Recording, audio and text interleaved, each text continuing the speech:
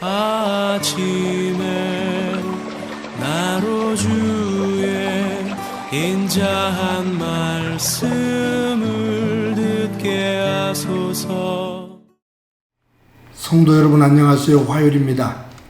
오늘도 하나님의 평강이 여러분들의 삶의 자리에 가득하기를 간절히 소망합니다.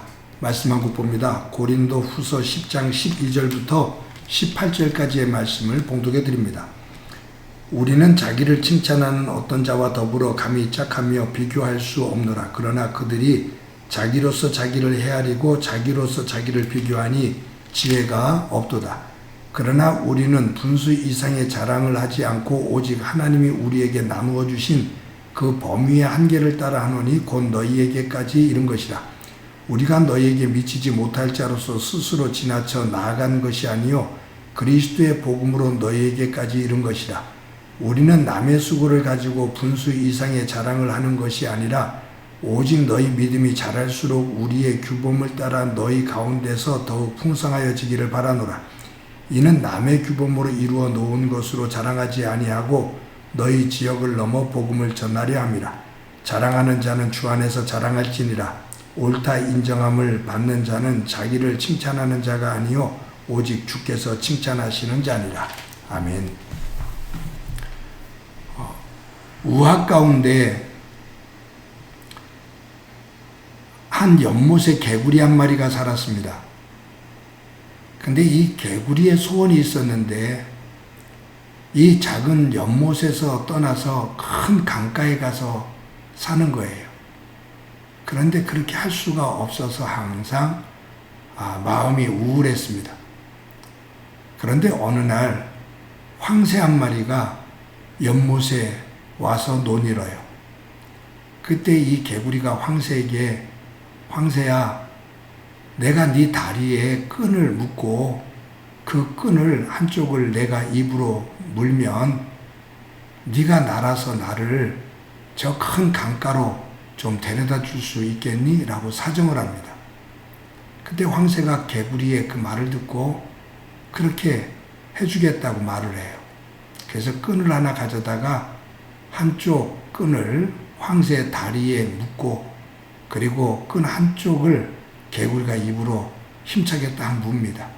그리고 준비됐니? 그러니까 준비가 됐다고 고개를 끄덕여요. 그러니까 황새가 날아오릅니다. 황새가 날아오를 때 개구리가 끈을 물고 공중을 나는 그 모습을 보고 밑에서 일을 하던 농부가 황새에게 황새야, 너 어떻게 그런 생각을 했니? 어떻게 개구리를 그렇게 해서 이동을 시켜줄 생각을 해서 너 참 지혜롭구나 라고 농부가 황새를 칭찬을 합니다. 그러니까 개구리가 그 얘기를 듣고 은근히 부화가 났어요. 이 아이디어는 자기가 낸 거거든요. 그래서 농부에게 황새를 칭찬하는 농부에게 황새가 낸 아이디어가 아니라 내가 낸 거예요. 황새 지혜가 아니라 내 지혜라고요 라고 말을 해요. 근데 그 말을 하는 순간 개구리가 물고 있었던 그 끈이 놓여지게 되죠. 놓치게 됩니다. 그래서 개구리가 떨어져요. 그래서 결국은 죽게 됩니다. 자기의 지혜를 자랑하다가 죽게 되는 거예요. 그래서 곧 교만은 멸망의 선봉장입니다. 고린도 교회 안에 이처럼 교만한 교인들이 참 많았어요. 말씀드렸던 개구리처럼 사실은 어리석으면서 가장 지혜로운 사람인 것처럼 그렇게 생각했던 사람들이 고린도 교회에 참 많았어요. 그 사람들은 자기들이 생각하고 있는 그 생각, 자기들이 가지고 있는 그 기준을 중심으로 해서 모든 것들을 판단했습니다. 누구조차 판단했냐면 사도 바울조차 판단을 해요. 사도 바울은 이래서 안 되고 저래서 안 되고 이런 모습이라 안 돼서 저런 모습이라 안 되고 자신들이 만들어 놓은 자기가 가지고 있는 기준을 가지고 사도 바울을 난도질합니다. 그러면서 그의 사도권을 인정하지를 않죠. 가장 지혜로운 것처럼 고린도 교회 안에서 가장 지혜로운 사람인 것처럼 모든 것들을 주관하려고 해요. 여러분, 무식하면 용감하다고 우리는 너무나 쉽게 모든 일에 정답을 이야기하려고 합니다. 사실 정답을 쉽게 하는 것은 지혜롭고 많이 아는 것이 아니라 사실은 아는 것이 굉장히 짧고 얇기 때문에 함부로 정답을 내려요. 모든 일에 얽혀있는 것은 그렇게 쉽게 또박또박 정답을 이야기할 수가 없습니다. 알고 보면 정답을 이야기할 수 없는 기다려야 되는 그 일들이 훨씬 더 많습니다. 그런데 정답을 또박또박 얘기하는 사람이 가장 지혜롭고 많이 아는 것 같은데 사실은 모르는 사람이고 모르면서도 아는 척하는 교만이 있기 때문이죠. 사도 바울은 그래서 말해요.